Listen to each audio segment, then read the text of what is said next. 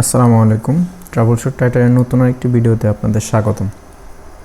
আজকের ভিডিওতে আমি আপনাদের সামনে আলোচনা করব অনেক সময় আমাদের যে স্টোরেজ জাতীয় ডিভাইসগুলো রয়েছে, যেমন pen drive, CD, hard disk, SSD ইত্যাদি, আমরা ব্যবহার করার সময় বিভিন্ন সমস্যার কারণে রাইট প্রোটেক্টেড হয়ে যায়। সেই রাইট প্রোটেকশনটা ওই স্টোরেজ ডিভাইস থেকে কীভাবে আমরা সরাতে পারি সেই বিষয়ে আজকে আলোচনা করব।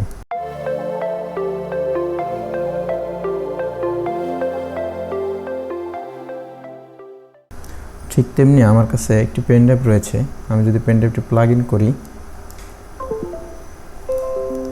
আপনারা দেখতে পাবেন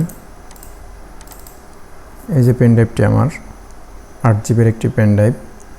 আমি যদি পেন ড্রাইভটির মধ্যে ঢুকি, দেখুন এখানে কিন্তু আমার কিছু ফাইল রয়েছে। তো আমি ফাইলগুলো যদি ডিলিট করতে যাই, দেখুন এখানে কিন্তু কোনো ডিলিট অপশন নেই, কোনো প্রকার ডিলিট অপশন নেই। আবার যদি আমি এটিতে শিফট ডিলিট দেই, তাও কিন্তু কিছু আসছে না। মানে এই পেন ড্রাইভের মধ্যে যে ফাইলগুলো রয়েছে সেগুলো আমরা কিছুই কিন্তু করতে পারছি না।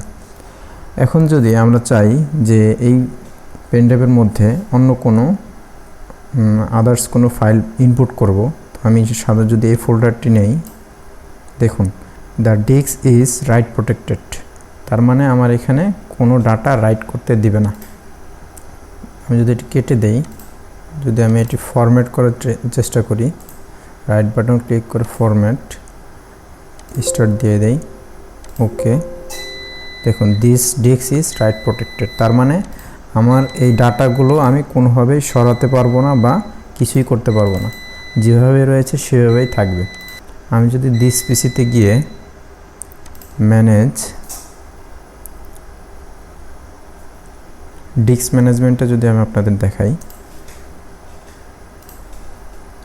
দেখুন এখানে কিন্তু পেন ড্রাইভের যে অ্যাট্রিবিউট রয়েছে সেই অ্যাট্রিবিউটটি কিন্তু রিড অনলি হয়ে রয়েছে।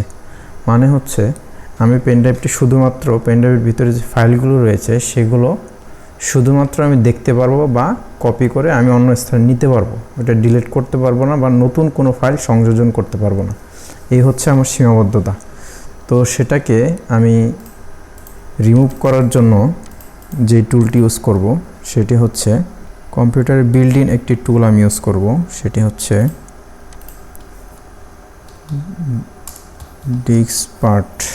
লিখে আমি এটাকে রান অ্যাজ অ্যাডমিনিস্ট্রেটর করব, এখানে ইয়েস করে দিব। তো আমার সামনে এমন একটি ইন্টারফেস চলে আসবে। তো এখানে আমি লিখব লিস্ট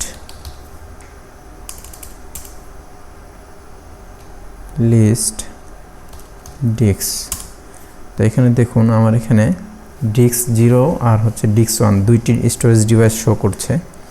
এর মধ্যে একটি হচ্ছে আমার কম্পিউটারের যে এসএসডিটি রয়েছে, হার্ড ডিস্কটি রয়েছে সেটি, আরেকটা হচ্ছে আমার পেন ড্রাইভটি।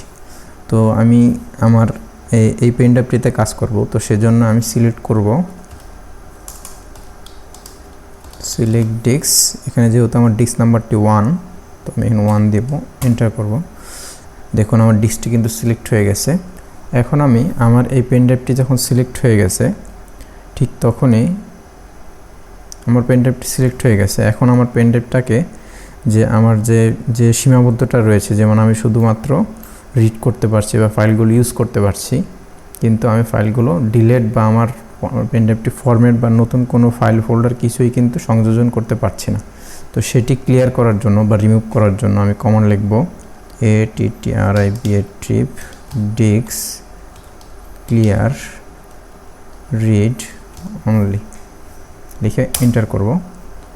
দেখুন এখন কিন্তু এখানে আসছে ডিস্ক অ্যাট্রিবিউটস ক্লিয়ার সাকসেসফুলি। মানে হচ্ছে আমার যেই রিড অনলি অ্যাট্রিবিউটটি অ্যাক্টিভ ছিল সেটি কিন্তু এখন ক্লিয়ার হয়ে গেছে। তো সেটি আমি যদি চেক করি, দিস পিসিতে যাব, এই যে আমার যে পেন ড্রাইভটি রয়েছে সেটি, এখানে এখন আমার যেই এই ফাইলটি রয়েছে এটি যদি আমি ডিলিট করতে চাই, দেখুন এখন কিন্তু আমার ডিলিট অপশনটি কিন্তু চলে আসছে। এখন আমি চাইলেই কিন্তু ডিলিট করতে পারবো। যদি আমি ডিলিট করি, ইয়েস করি, দেখুন আমার কিন্তু চলে গেছে। বা নতুন কোনো ফাইল আমি যদি চাই সংযোজনও কিন্তু করতে পারছি। দেখুন আমার পেন ড্রাইভটি কিন্তু এখন আগের মতো হয়ে গেছে। তো আমি যদি চাই পেন ড্রাইভটি ফরম্যাট করার জন্য,